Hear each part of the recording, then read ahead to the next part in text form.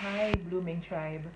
For those of you who don't know me, I'm Kamala, and I'm the face behind White Lotus Blooms.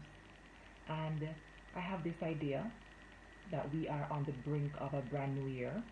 And even though it's important to set intentions and to have goals for the new year, I feel like it's also important to remember that it's not magic, it's not hocus pocus, and it actually takes consistent, deliberate, sometimes invisible work, the kind of under the surface work to get us to where we really need to be for the new year, for the seasons of our lives.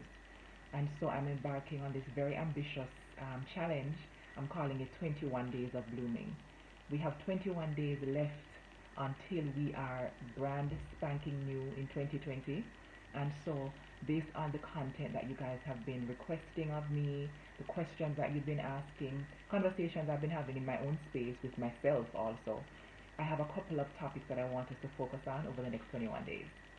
So if you are on board, just keep watching this space. I'll be sharing a video per day, and I want you guys to hold me lovingly accountable, of course, right?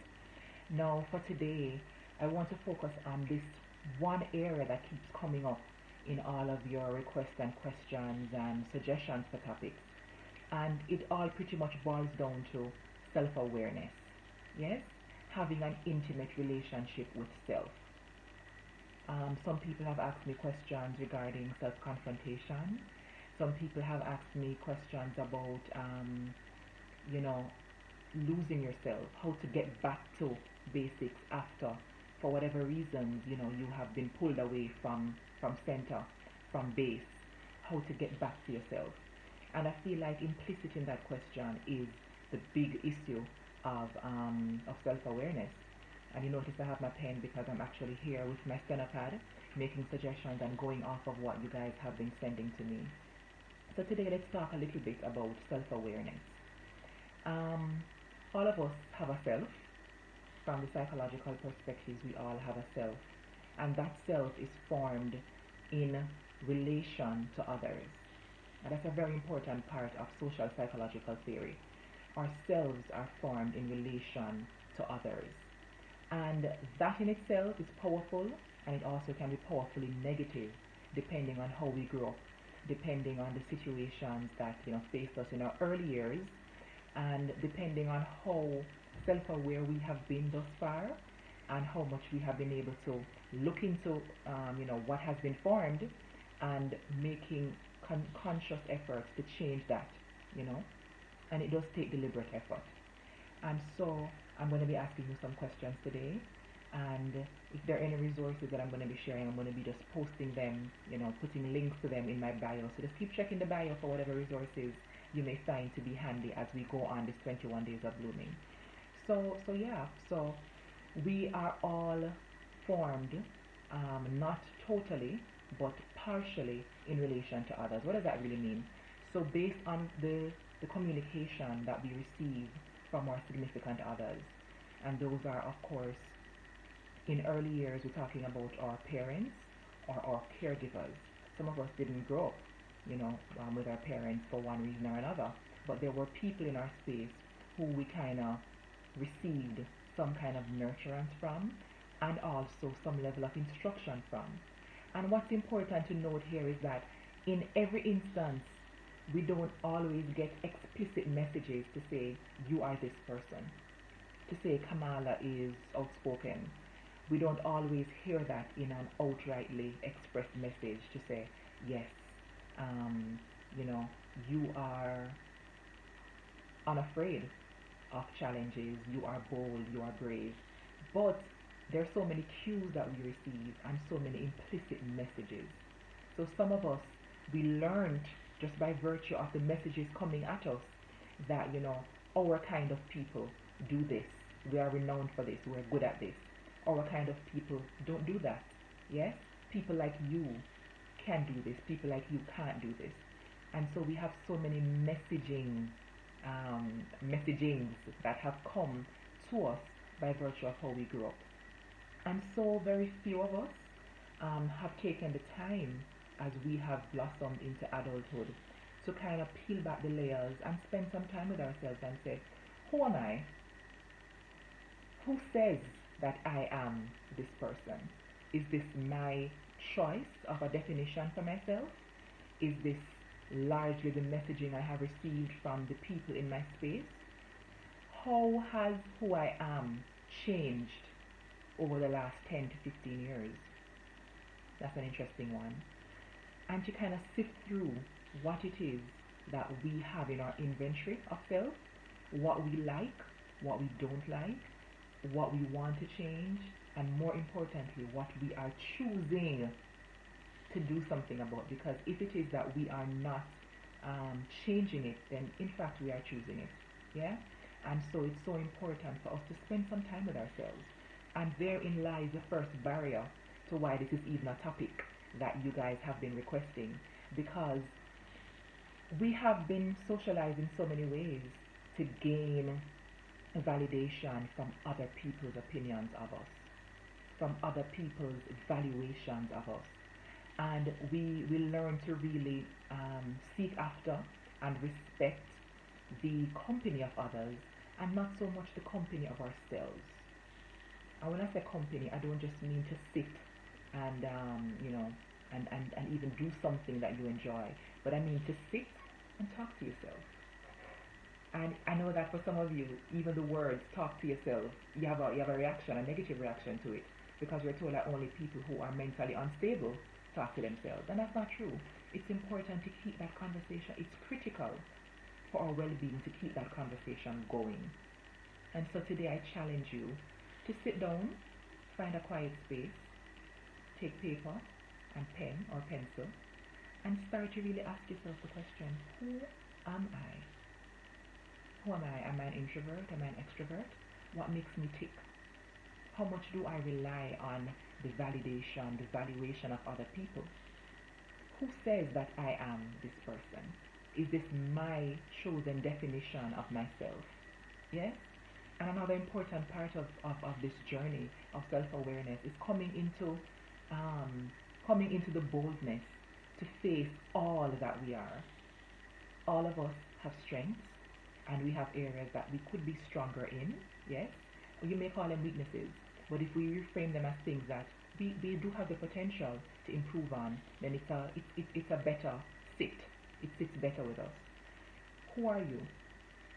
What are the things about yourself that you consider to be strengths, and the things that you consider to be weaknesses? Pause for a second right there. How do you feel when you start to think about the fact that you do have weaknesses? Do you feel shame? Do you feel fear of them being discovered? Because that is an important part of the conversation, an important part of the puzzle as it relates to how able or willing are you to own them, to hold yourself accountable for how those weaknesses might play out. How defensive are you or not? And this is the root of defensiveness, which is such a very common thing in some people. If it is that you are not open to admitting to yourself that I can do better in this, I can be more consistent, I can be kinder, to say to yourself that, I don't like letting people into my space, I'm guarded, for example, or sometimes I feel the need to twist a story because I don't want to I don't want to look bad in a public space. All of these things are telling us something. Why is it that you have an issue with this? Why is it that this is a weakness? Why is it that punctuality is not something that you excel at? Why is it that consistency is something that you struggle with? What is it about you and procrastination? What is this relationship about? There are so many cues, there are so many clues and so much information in the things that make us up. And if we sit with them, you'll be amazed to see how we can, number one, become empowered as to have a better understanding, a better awareness of who we are, how we can sit with our flaws and our faults and our powerful force that we have within us, and come out of it stronger, because we realize that our weaknesses do not disqualify us from anything. Owning our weaknesses, sitting with them, being able to take responsibility for them actually make us better and better and better and better.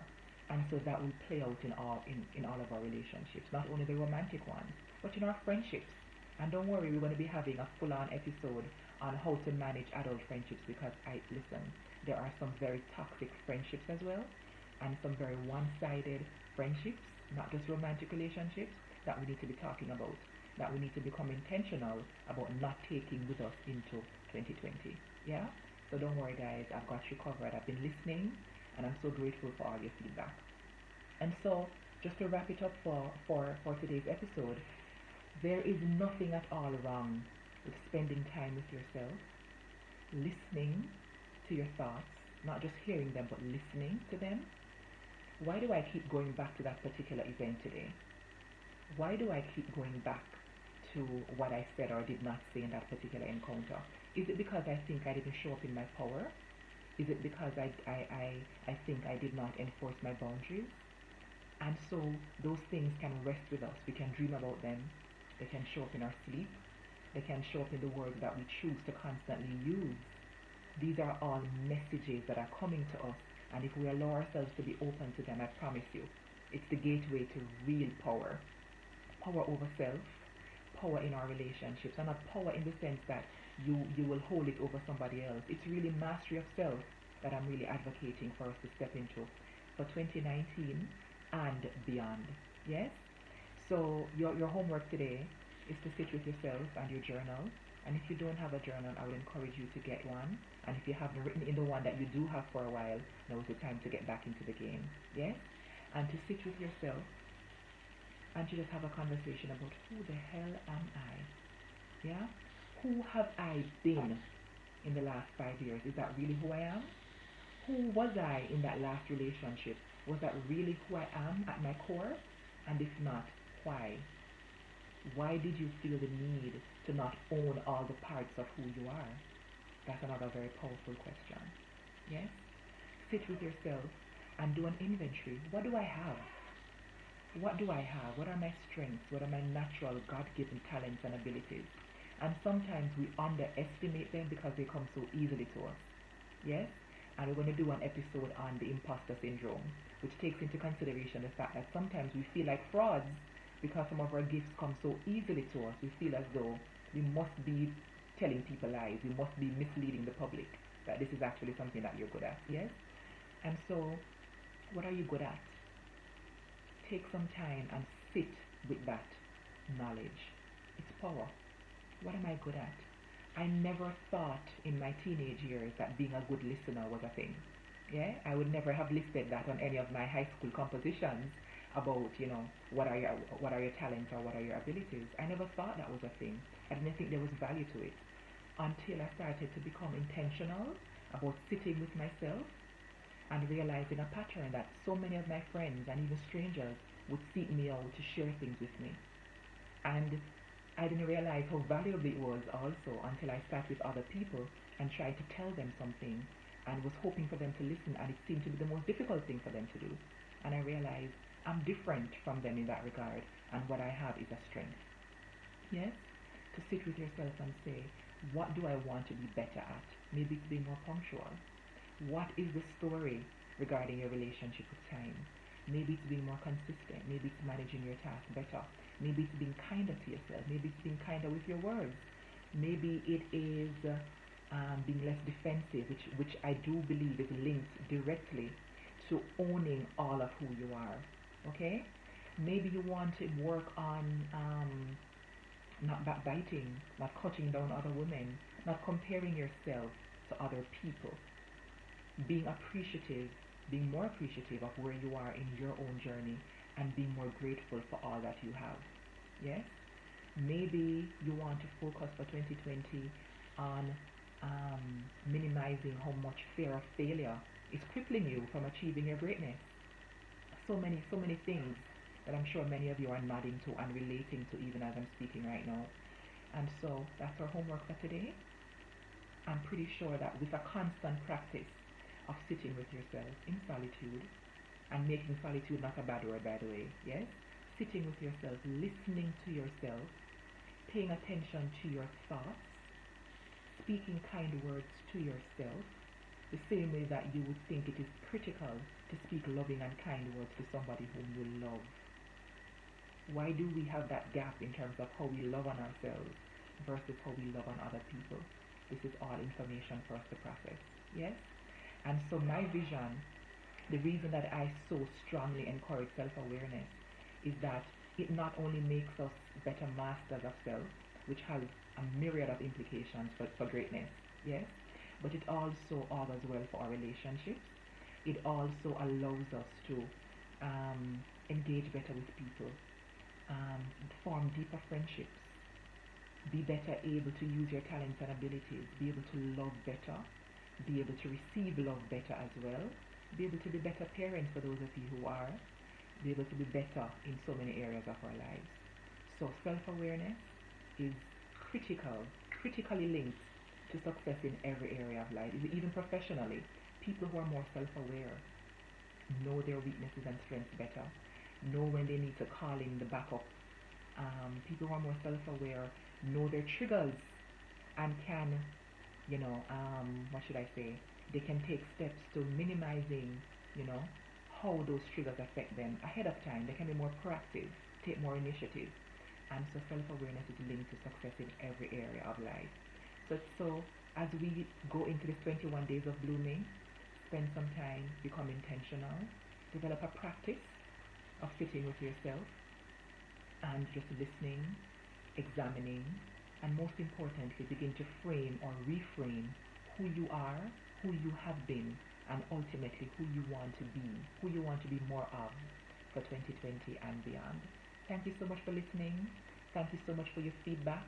And remember, it's 21 days. I only have about 17 topics penciled in. And of course, there are more that I can create on my own. But I want to leave at least some space for your feedback in terms of what you would love for me to cover. I'm looking not only on relationships, but I'm looking at wellness on a whole. So if there's any particular topic that you want me to focus on in the 21 days, I'd be so happy to do that. And of course, look out for all the other resources. I have upcoming courses, just a bag of goodness coming at you from White Lotus Blooms. Thank you so much. See you soon.